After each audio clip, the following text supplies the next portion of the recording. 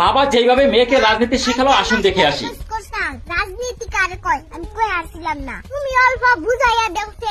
রাজনীতির বিষয়ে আমি তোর এমন ভাবে বুঝামু যে এমন করে আর কেউ বুঝাই হারবো না। কিন্তু তার আগে একটা কথা কয় যে এই ব্যক্তি ইনকাম করে কেরা, কে তুমি? আর খরচ করে কেরা, মা।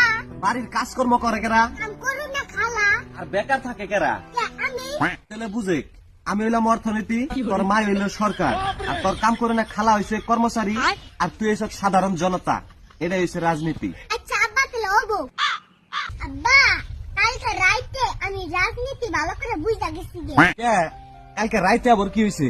রাইতে বাইরে গেতে ডর করে দিতে ভাবছিলাম মারে ডাক দিমু, যাই দি মা ঘুম পাড়তাছে। পরে ভাবলাম কাম করুন না খালারে ডাক দি, যাইয়া দেখি তুমি আর খালা এক লগে হুইয়া রইছো। আমি চাইয়া দিটা আয়া পড়লাম। এর থেকে বুঝা গেল যে সরকার হুইয়া ঘুম পাড়তাছে, অর্থনীতি কর্মচারীদের চুষা খাইতাছে, সাধারণ জনতা চাইছে দেখতাছে কিন্তু কিছু করা হারতাছে না। আর এটা হলো রাজনীতি।